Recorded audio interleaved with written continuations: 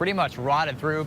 Over in this direction, let me show you, this one also completely washed away. This is not how it's supposed to look. Looks like it's missing one of the legs here, as those heavy waves, that rain just battered it. You see over here, beach erosion pretty much made a cliff face on that dune there. Not what that's supposed to look like. That's not healthy. 200 kids with autism, teaching them how to surf. That starts here in about 20 minutes or so out on Folly Beach, right in front of the Tides Hotel. I'm in my my bite suit here, so I'm going to be protected. The officer will pat down the suspect. While he's patting down the suspect will injure the officer, which causes the dog to engage. But I want to turn off the light on our camera. This is how dark it's been for these workers for the last week, and they've been using only this, the light of a cell phone, to inspect their buses. That is, until now, it's these lights that are illuminating their entire morning. Getting a little bit of, I wouldn't call it accumulation necessarily. We're getting a little bit of the white stuff down here. I also want to show you this kind of bush, this grass here. It looks like you can really just kind of grab onto it and break off that ice. See how frozen all that is? That's the effect that this freezing rain and now what's turning into sleet is having on pretty much everything in this area. They've even got this caution tape up. See how frozen that is? As I go all the way down. Ice just breaking off of that. Now, under the previous contract, Waste Pro only had to provide customers one of these, an 18-gallon recycling bin. Now, these could only handle paper and cardboard, but under their new contract, it's these. A 95-gallon recycling bin, they're required to give that to all customers in the town of Somerville, but the only problem, hundreds of customers say they never got them. More than 110,000 students in the DD2, Berkeley County, and Charleston County school districts. Now, not every district has the same number of officers in schools. I consider the 3 largest low-country school districts.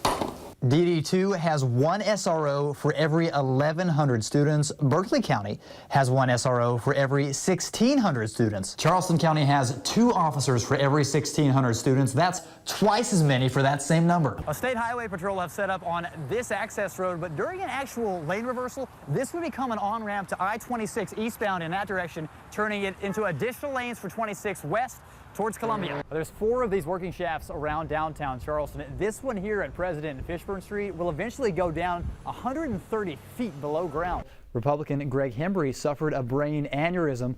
Solicitor Jimmy Richardson confirmed his friend was placed in the ICU last night. He says Senator Hembry is stable. And big save on the field as 2 deputies rushed in to rescue a deer. Look at this. The deer somehow got itself tangled in a soccer net.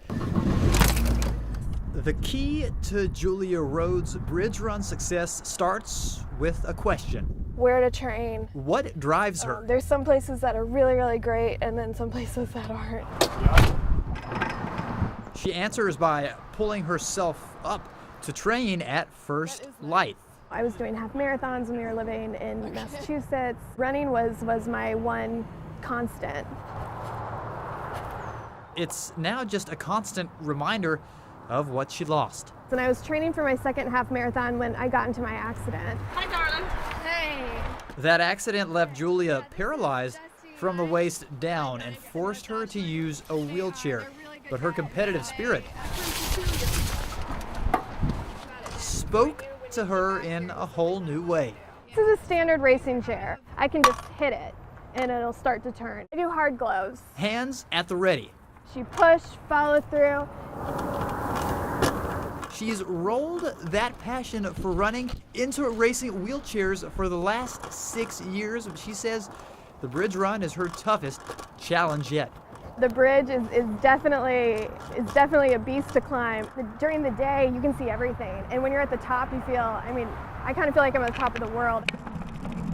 She's pushed the entire length of the bridge and back twice a week to prepare. It takes courage to be able to face something that you really miss and to be able to grieve that. As for her grief, there's no disability that takes away your ability to enjoy your life. Well, she leaves it in that spot where the rubber meets the road. That's why I really love Charleston, because there is that support for me to be able to do what I love here, which is to race. Thank you. It's really excited that there is a race that I can be a part of. Love lasts forever and tattoos last longer. In the back of a buzzing tattoo shop. It's very zen-like. Somewhere from the inkwell. It is very cathartic. to the canvas, Tattoo shop's a cool place to be. Jason Eisenberg arrives at a revelation. You spend enough time doing this, tattoo shop becomes where every life-changing event for you happens. His was the loss of a dear friend. Jathan J. Bellamy's life was cut short when a driver hit his bicycle on Azalea Drive. Now 3 years later, the case is run cold. I'm still very angry about it. Jay was here all the time. Each session painting a personal portrait. I did so many tattoos for Jay. Very much reflected the person who he was. A white bicycle on this street corner serves as his memorial.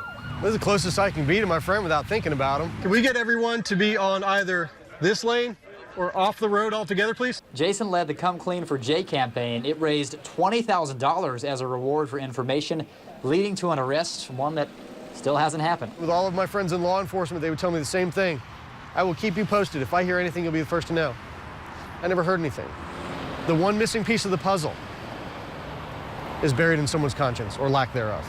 I don't give up on him. North Charleston police officer Philip Kirkland worked the case 3 years ago. We didn't have much to go on at the scene at all. We had no witnesses, nobody was there. 222 dispatch, my top numbers. And his caseload is growing, almost 1,400 last year, some still unsolved. I want to bring closure to for the family, and I want to put the person responsible behind bars. Unfortunately, yeah, we just have to move on. I can't get wrapped around the axles with it, but I don't like saying that, but that's reality.